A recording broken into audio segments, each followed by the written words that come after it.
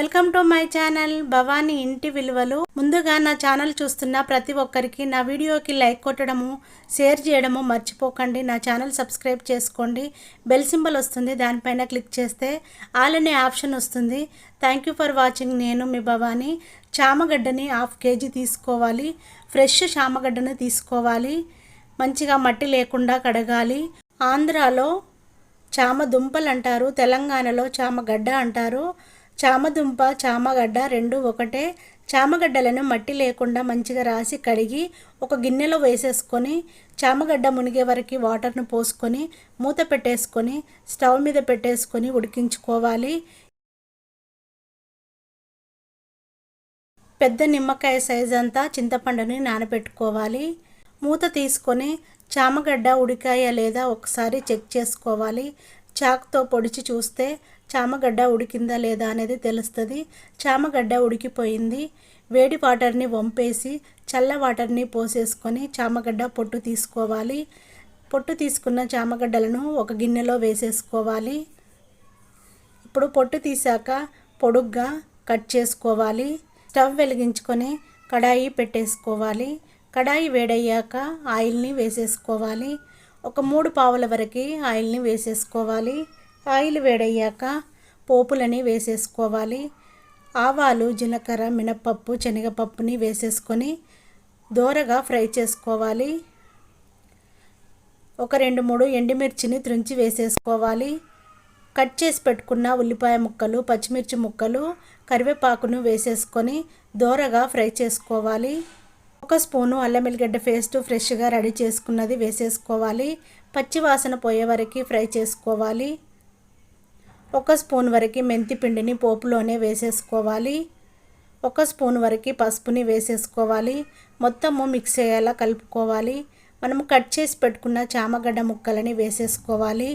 ఇలాగే ఒక 5 మినిట్స్ వరకు ఫ్రై చేసుకోవాలి. 2 స్పూన్ల వరకు కారం పొడిని వేసుకోవాలి. 2 స్పూన్ల వరకు ఉప్పుని వేసేసుకోవాలి. మొత్తము మిక్స్ అయ్యేలా కలుపుకోవాలి. ఇప్పుడు మూత పెట్టేసుకొని ఒక 5 మినిట్స్ వరకు మగ్గించుకోవాలి.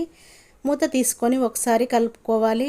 చింతపండు పులుసును పోసేసుకొని మంచిగా కలుపుకోవాలి. సరిపడా పులుసుని పోసేసుకోవాలి. మూత పెట్టేసుకొని మరిగించుకోవాలి.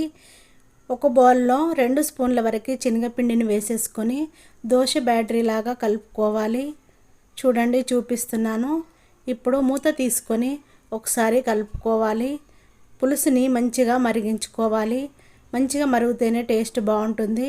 మూత పెట్టేసుకొని మరొక 10 మినిట్స్ వరకు మరిగించుకోవాలి.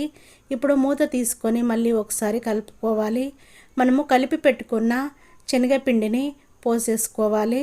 గడ్డ కట్టకుండా మంచిగా కలుపుకోవాలి.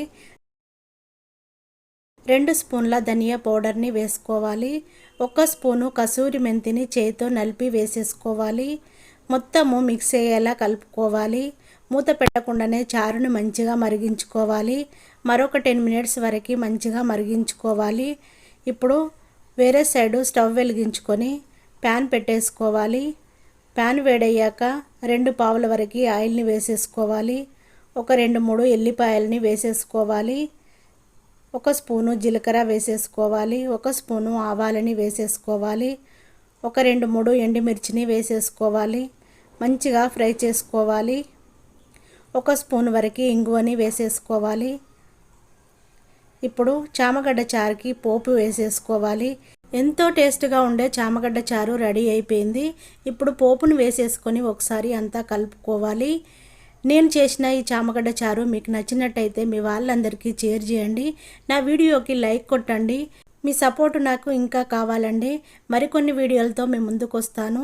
ఇప్పుడు కొత్తిమీరతో గార్నిష్ చేసుకోవాలి. చేపల పులుసు ఎంత టేస్ట్గా ఉంటుందో చామగడ్డ చారు అంతే టేస్ట్గా ఉంటుంది. నా ఛానల్ సబ్స్క్రైబ్ చేసుకోండి. బెల్ సింబల్ వస్తుంది, దానిపైన క్లిక్ చేస్తే ఆల్ అనే ఆప్షన్ వస్తుంది. Thank you for watching. నేను మీ భవానీ.